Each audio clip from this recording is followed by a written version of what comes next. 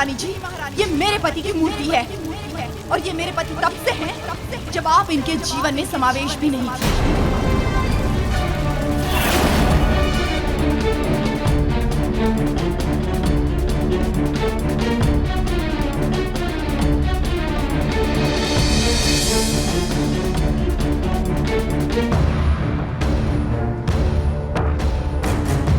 भ्रम मुझे नहीं है महारानी अंजना, और तुमने छल किया है मेरे साथ।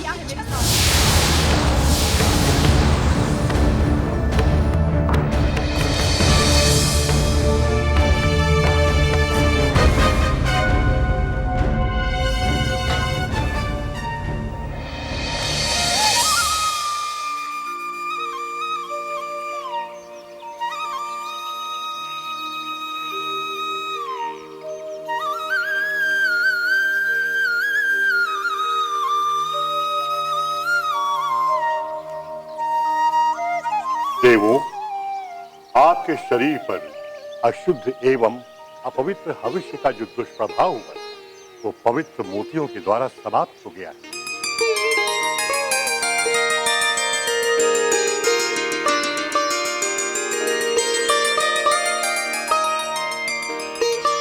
अब आप सब पूर्ण रूपेण स्वस्थ हैं।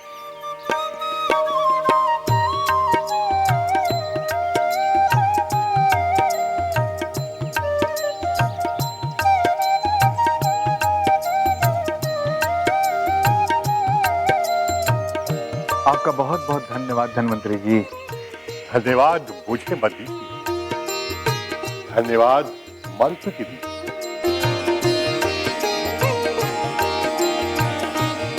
यदि ये मानसरोवर से पवित्र मोतियों को न लाते तो मेरे लिए आपका उपचार संभव नहीं।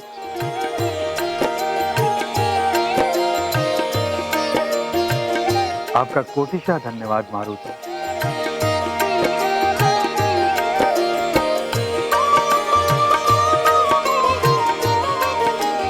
जो आपने हम सब देवों के जीवन की रक्षा की। अभी समस्त देव स्वस्थ नहीं हुए इंद्रदेव।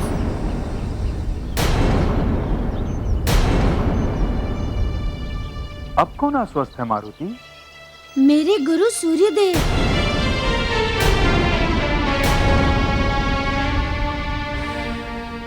अभी मुझे उनको स्वस्थ करना है और उसके लिए मुझे सूर्यलोक जाना होगा। मारुति, सूर्यलोक जाने में तो आपको समय लगेगा। किसी विधि हमें ये पवित्र भस्म शीघ्र उन तक पहुंचाना होगा। किंतु कैसे? बिना सूर्यलोक गए हम ये भस्म उन तक पहुंचाएंगे कैसे धन्वंतरी जी?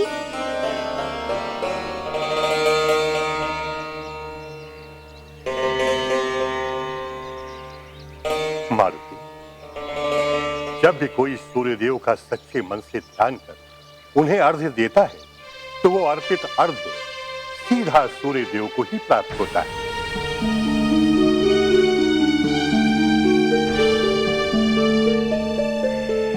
मैं समझ गया देव। इस भस्म को गंगा जल में मिलाकर मैं उसी गंगा जल का अर्घ अर्पित करूंगा उन्हें।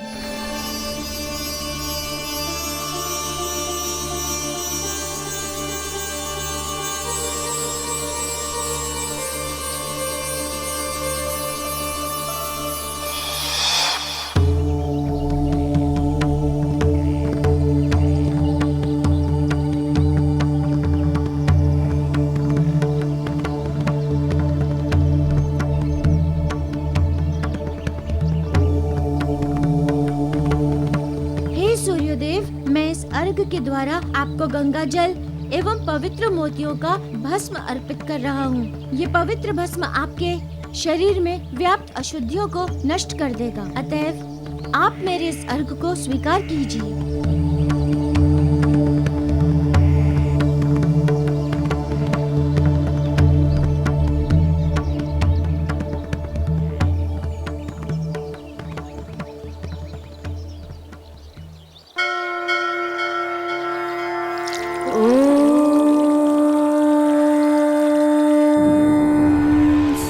सूर्याय नमः।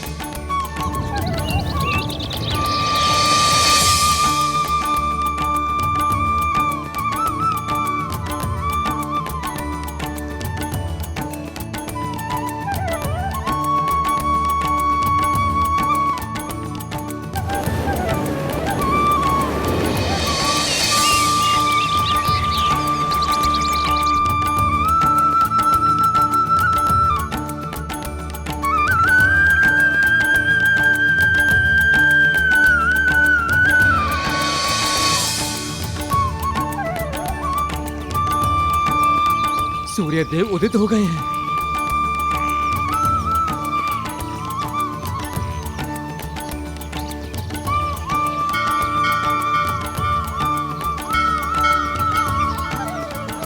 उनका तेज वापस लौट आया है।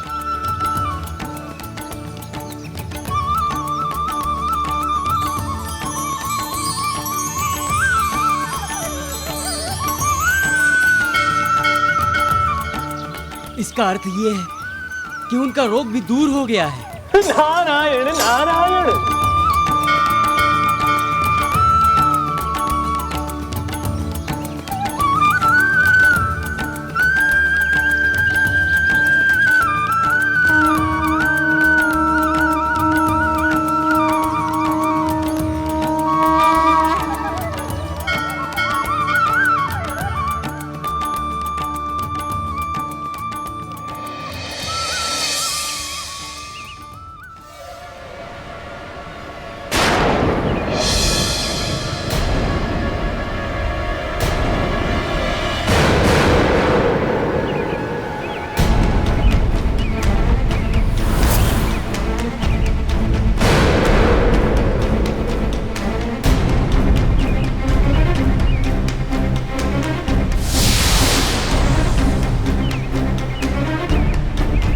ये क्या? सूर्य का प्रकाश पुनः वापस आ गया। इसका अर्थ ये है कि सूर्य के साथ साथ सभी देवताओं के शरीर से अशुद्ध हविष का प्रभाव समाप्त हो गया।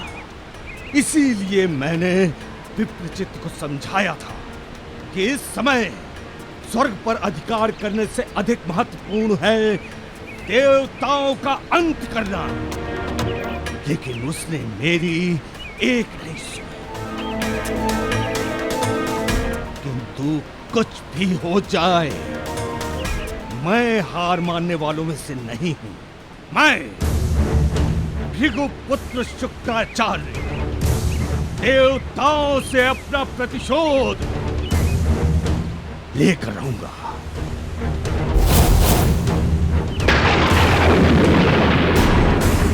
लेकर रहूंगा।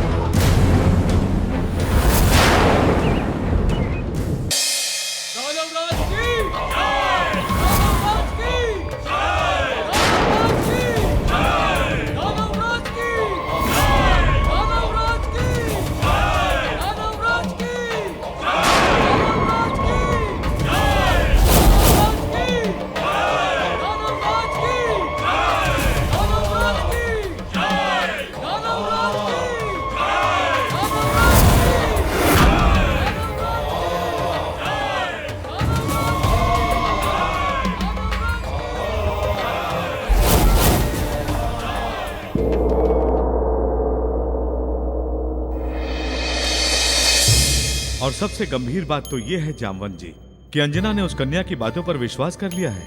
वो ये मान बैठी है कि विवाह से पूर्व सच में केसरी के जीवन में वो कन्या थी।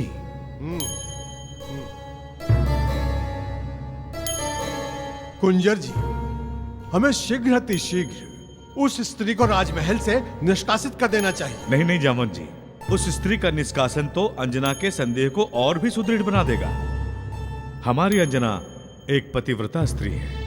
हमें पूर्ण विश्वास है कि वो जो भी निर्णय लेगी उचित ही लेगी।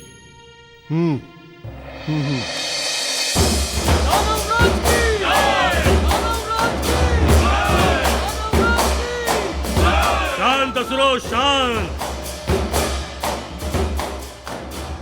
असुरो और दानवों, अब हमारे लिए बहुत ही गर्व का विषय है कि अब स्वर्ग हमारा है। हम हैं यहाँ के स्वर्गाधिपति। भोग और विलास का समय आ गया है असुरों। देवताओं के सारे अधिकार अब हमारे हो गए हैं और शीघ्र ही जल, थल, अग्नि, वायु, आकाश, ये सब भी हमारे अधिकार में होंगे। इसीलिए सब चिंताओं का त्याग कर अप्सराओं के नृत्य और सोम रस का भोग करो। विप्रचित्त, बस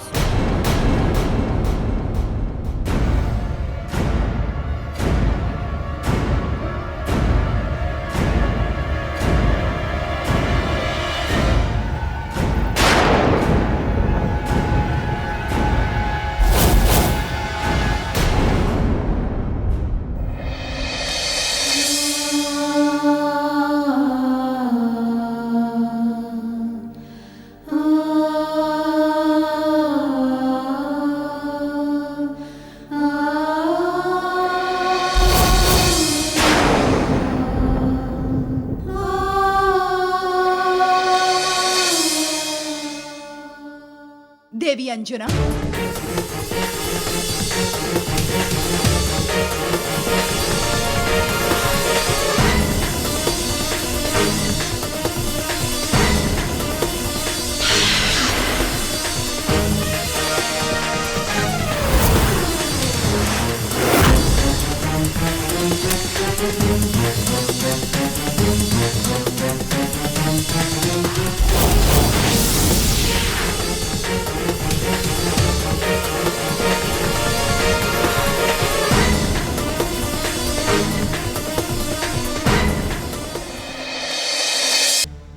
आइए गुरुदेव आइए, स्वर्गलोक में आपका स्वागत है। पधारिए गुरुदेव। अब ये स्वर्ग हमारा है, हमारा गुरुदेव हमारा। हमने देवताओं को सदा सदा के लिए यहाँ से निष्कासित कर दिया है। विप्रचित्त, ये तुम नहीं, तुम्हारा अभिमान बोल रहा है। इसे वश में करो वत्स, वश में करो, क्योंकि तुमसे पहले भी बहुसंख्य असुर इस स्वर्ग के सिंहासन पर आसीन हो चुके हैं और हर बार कभी देवताओं के छल के कारण, कभी स्वयं के भोग विलास में लिप्त रहने के कारण अपने अंत को प्राप्त हो चुके हैं। गुरुदेव, मुझे अच्छी तरह बोध है कि स्वर्ग पर अधिकार करना ही मेरा उद्देश्य नहीं था। आप ही की भांति मेरा भी लक्ष्य था देवताओं से प्रतिशोध लेना। जिस दिन इंद्रदेव ने मेरे भ्राता पुलोमन की हत्या की थी, उसी दिन से मैं प्रतिशोध की अग्नि में जल रहा था गुरुदेव। उसी दिन से मैं इंद्रदेव को शक्तिहीन और अधिकार विहीन देखने के लिए उत्सुक था, और जिसे आज किया भी। गुरुदेव, मेरा प्रतिशोध तो तब पूर्ण होगा जब मैं इंद्रदेव का अंत अपने हाथों से करूंगा। अपने हाथों से गुरुदेव, अपने हाथों से। विप्रचित्त, मैं चाहूंगा विप्रचित्त कि ऐसा ही हो, क्योंकि तुम्हारे साथ साथ इंद्र के अंत का अर्थ होगा मेरे प्रतिशोध की भी पूर्णता।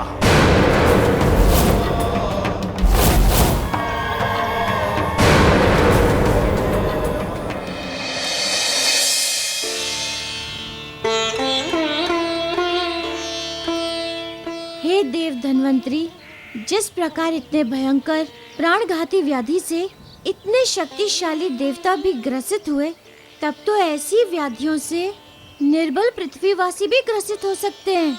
हाँ मारुति, वे भी इन रोगों से प्रभावित होंगे, क्योंकि मनुष्य के लिए भोजन की अशुद्धियां अति हानिकारक हैं। देव, आज तो आपने इन देवताओं को इन पवित्र मोतियों से स्वस्थ कर दिया, किंतु ये मोती तो सदा उपलब्ध रहेंगे नहीं और न ही सहजता से प्राप्त होंगे। फिर ऐसे में आने वाले समय में देवताओं एवं मनुष्यों के स्वास्थ्य की रक्षा किस प्रकार से होगी? उनके स्वास्थ्य की रक्षा किसी विधि के द्वारा नहीं होगी मारुति। उनके स्वास्थ्य की रक्षा एक निधि के द्वारा होगी, और वो निधि है स्वास्थ्य निधि। एक ऐसी निधि जो संसार की बड़ी से बड़ी व्याधियों को स्वयं में समाहित कर उसे नष्ट कर देगी। तब आपने इस बार उस निधि का प्रयोग क्यों नहीं किया? इसलिए कि वो निधि अभी संसार में उपलब्ध नहीं है, उसकी रचना अभी शेष है।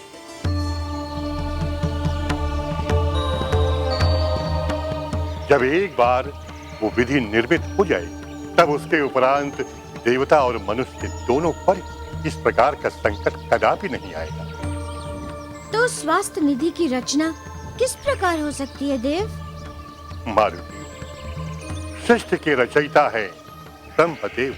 किसी भी वस्तु के उद्भव और उसकी रचना का ज्ञान केवल उन्हीं को है। अतएव ये वही बता सकते हैं।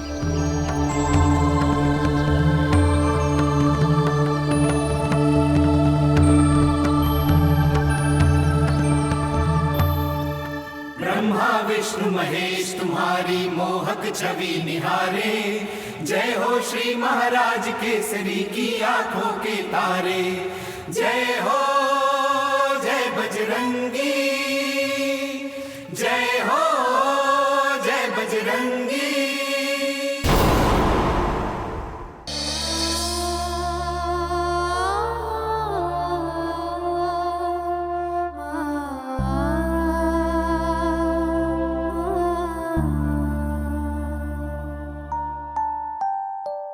देवी अंजना,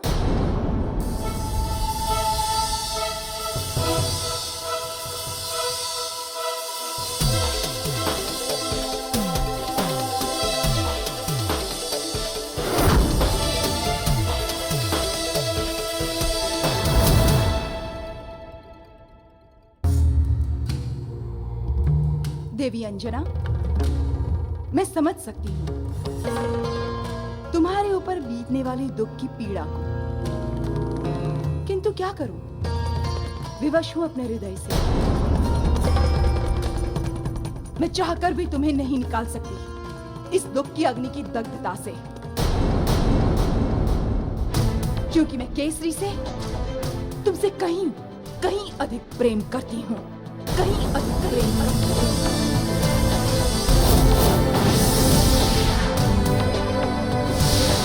कन्या, मैंने अभी तक तुम्हारी बातों को पूर्णतः सत्य नहीं माना है, क्योंकि मैं तुमसे अधिक अपने पति महाराज केसरी पर विश्वास करती हूँ। इतने वर्षों में उन्होंने आज तक कोई भी अनुचित कार्य नहीं किया है, तो फिर अब वो ऐसा अपराध क्यों करेंगे? मैंने कब कहा कि केसरी ने अपराध किया है? अपराध तो तुमने किया है। मेरे प्रेम के जीवन में आकर तुमने मुझसे मेरा केसरी छीना है। हाँ अंजना,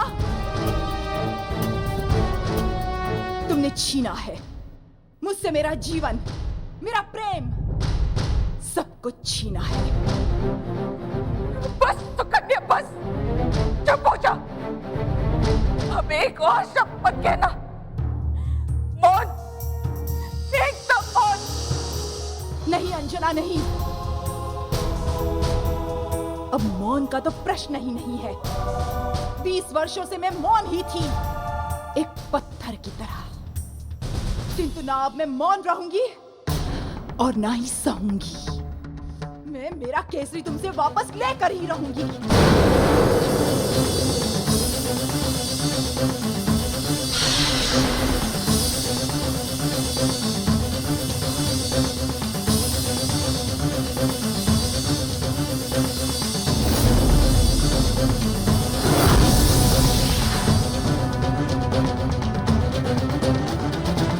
को छोड़ने के लिए मैं तुम्हें समय देती हूं,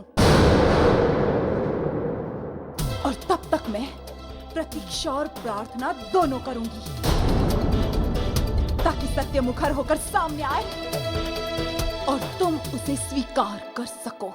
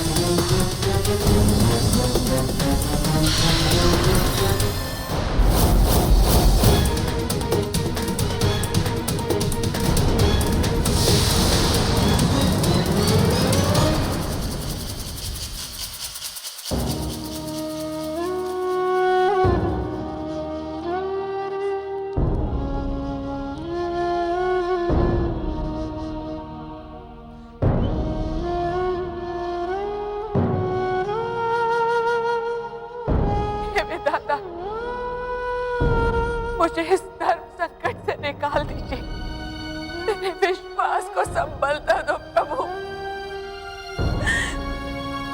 उस स्त्री के इस सत्य को मिथ्या सिद्ध कर दो या उस सत्य को मेरे सामने ला दो। मुझे दो पाटों के बीच पिसने मत दो प्रभु, मुझे दो पाटों के बीच पिसने मत दो।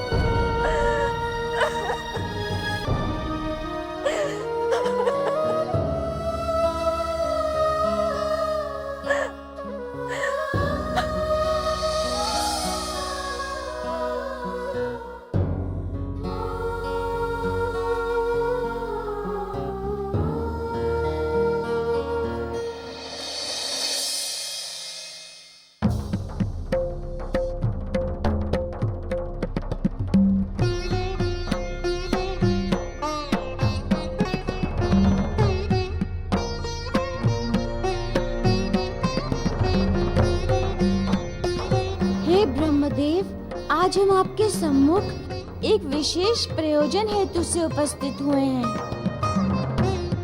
कहिए रुद्रावतार, हम आपकी क्या सहायता कर सकते हैं?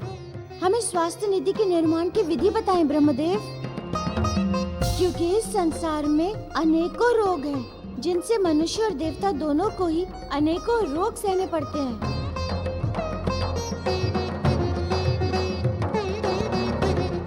और कभी-कभी तो असमय मृत्यु तक भी हो जाती है। हम ये चाहते हैं कि इसका स्थायी समाधान हो, और स्थायी समाधान होगा स्वास्थ्य निधि के निर्माण से। इसलिए हम चाहते हैं कि आप स्वास्थ्य निधि के निर्माण की विधि बताएं। आप सत्य कह रहे हैं रुद्रावतार, स्वास्थ्य निधि ही समस्त रोगों का स्थायी उपचार है।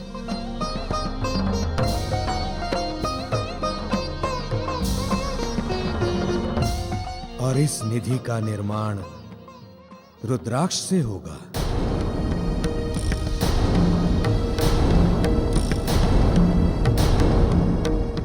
रुद्राक्ष से? हाँ रुद्रावतार, रुद्राक्ष में समस्त रोगों को नष्ट करने की शक्ति है। ये 16 प्रकार के होते हैं। अर्थात एक मुखी से लेकर 16 मुखी तक का रुद्राक्ष। एक से लेकर 16 रुद्राक्षों को एकत्रित करके विधि विधान से यज्ञ किया जाए तो उस यज्ञ की पवित्र अग्नि से स्वास्थ्य निधि का जन्म होता है।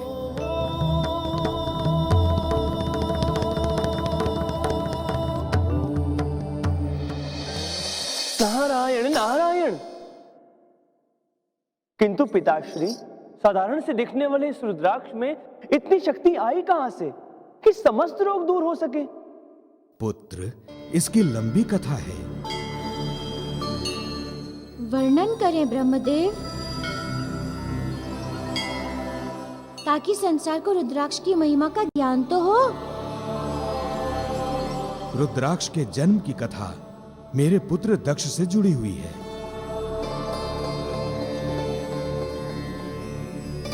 दक्ष की पुत्री सती का विवाह महादेव से हुआ, किंतु दक्ष महादेव को पसंद नहीं करता था।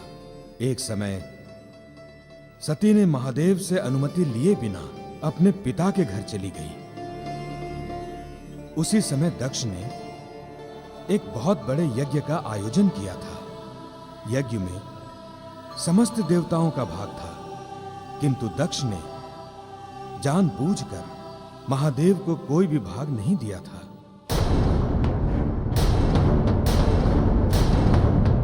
इस अपमान से दुखी होकर सती ने यज्ञ की अग्नि में ही आत्मदाह कर ली।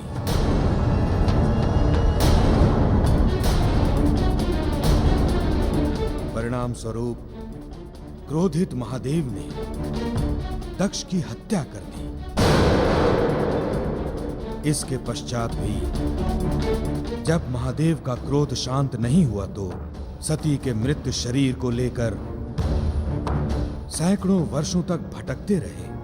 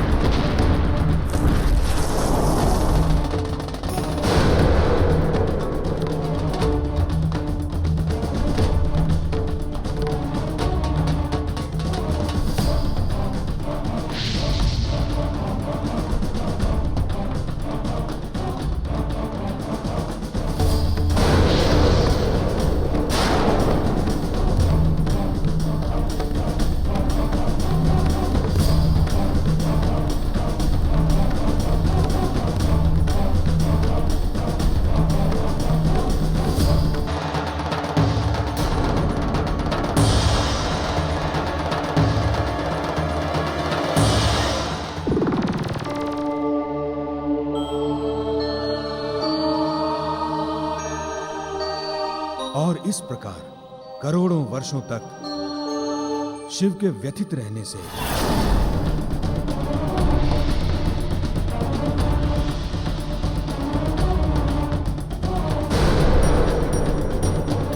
सृष्टि का संतुलन बिगड़ने लगा।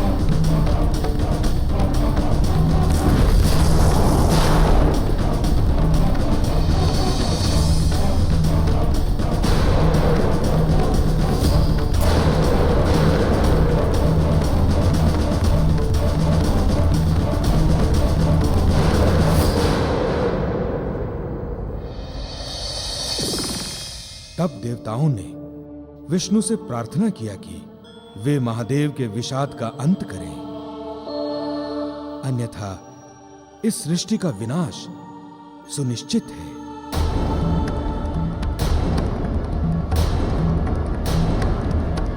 सृष्टि के पालनकर्ता ने देवताओं की प्रार्थना को स्वीकार कर लिया।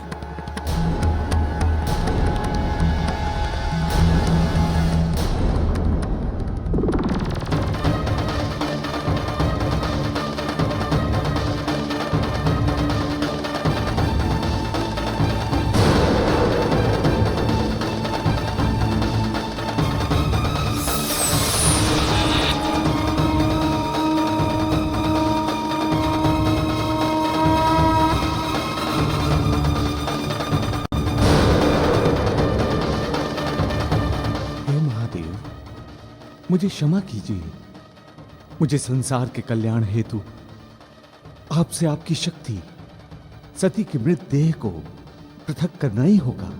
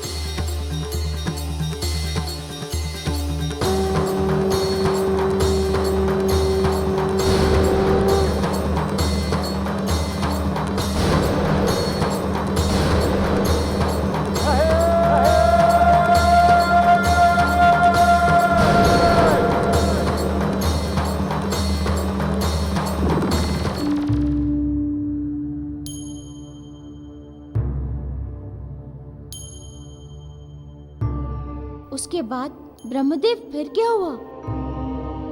क्या महादेव का क्रोध एवं दुख समाप्त हो गया? क्या उसके उपरांत सती के प्रति उनका मोह विखंडित हुआ? नहीं, इस प्रकार भी शिव के विषाद का अंत नहीं हुआ।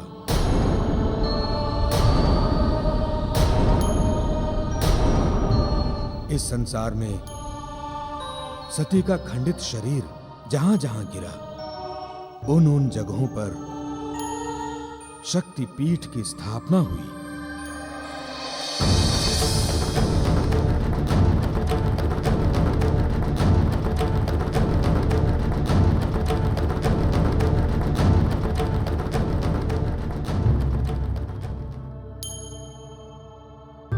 फिर भी ये दुख समाप्त नहीं हुआ। शिव के मन में सती के प्रति जो प्रेम था वो वैराग्य का रूप धारण कर चुका था।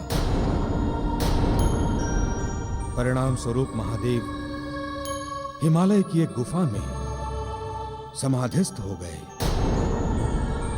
इसी बीच एक असुर ने मुझसे वरदान प्राप्त करके तीनों लोगों पर त्राहि मचा दिया।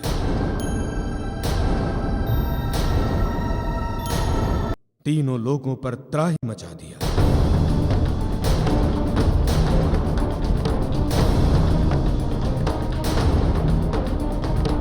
उसने ऐसा क्या वरदान मांग लिया था ब्रह्मदेव?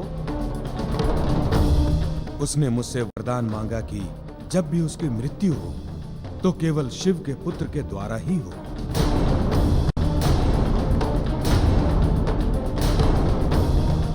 उस समय जो स्थिति थी, उस स्थिति में कोई भी उसे पराजित नहीं कर सकता था।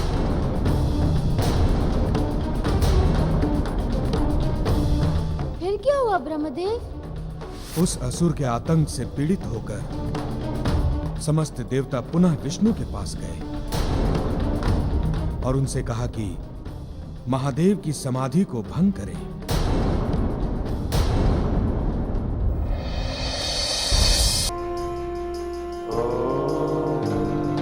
जय शिव शंकर, जय शिव शंकर, जय शिव शंकर, जय जय शिव शंकर, जय शिव शंकर, जय शिव शंकर, ओम नमः शिवाय। जय शिव शंकर, जय शिव शंकर, ओम नमः शिवाय।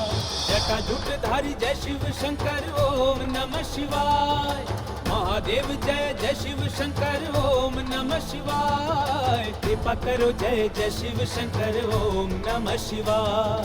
जय शिव शंकर, जय शिव शंकर, ओम नमः शिवाय। नमः शिवाय च नमः शिवाय, नमः शिवाय च नमः शिवाय।